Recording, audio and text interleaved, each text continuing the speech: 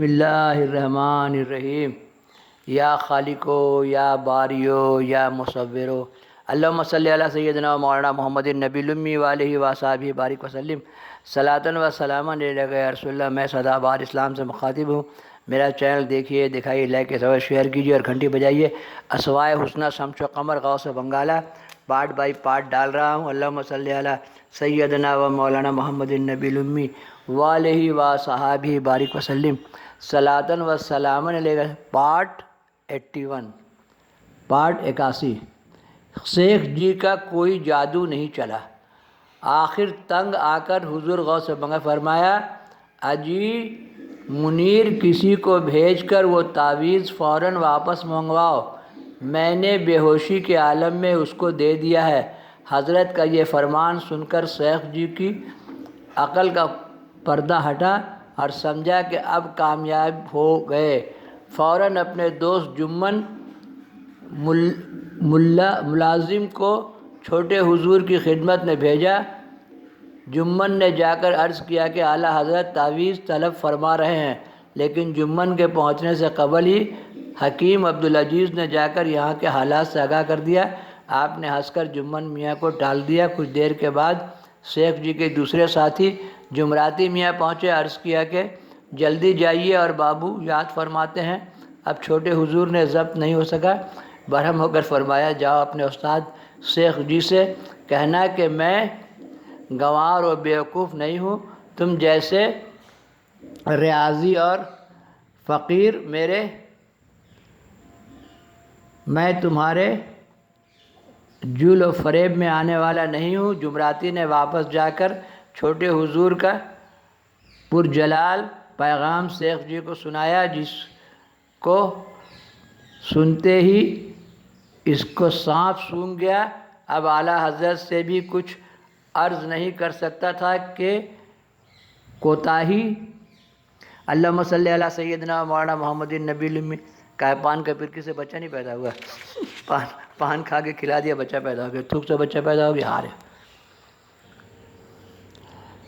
خود اس کی کوئی ثابت ہو چکی تھی، جس کی وجہ سے چھوٹے حضور کو باریابی کا موقع شیخ جی اندر ہی اندر پیچ و تاب کھانے لگے، اور چھوٹے حضور رات بھر آرام فرمانے کے بعد دوسرے دن صبح پٹنہ کے لیے روانہ ہو گئے، اور حکیم صاحب کو پھر وہیں چھوڑ دیا تاکہ حالات سے باخبر رہے۔ آخر جان پر کھیل گیا۔ چھوٹے حضور خاندانی امانت لے کر جا چکے تھے۔ دستار بندی بھی حضور مخدوم الملک کی بارگاہ میں اعلیٰ حضرت کے مبارک ہاتھوں سے ہو ہی چکی تھی، صرف سجادگی کا معاملہ رہ گیا تھا، جو رسماً بھی حقیقتاً یہ معاملہ بھی طے ہو ہی چکا تھا، جیسے شیخ منیر صاحب بھی اچھے طرح سمجھ رہے تھے، اور شیخ جی کی پیچ و تاب کھانے کی بھی اصل وجہ یہی تھی۔ دوسرے دن بھی اعلیٰ حضرت سمجھاتے رہے، مگر شیخ جی کی ایک ہی رٹ تھی کہ دولت و ثروت سے دوسرے کو نواز دیا گیا۔ جمراتی میاں کا بیان ہے کہ بعد نماز عشاء جب شہر کے متصلین جا چکے، خلوت میں صرف شیخ جی، جمراتی میاں اور جمن میاں تھے۔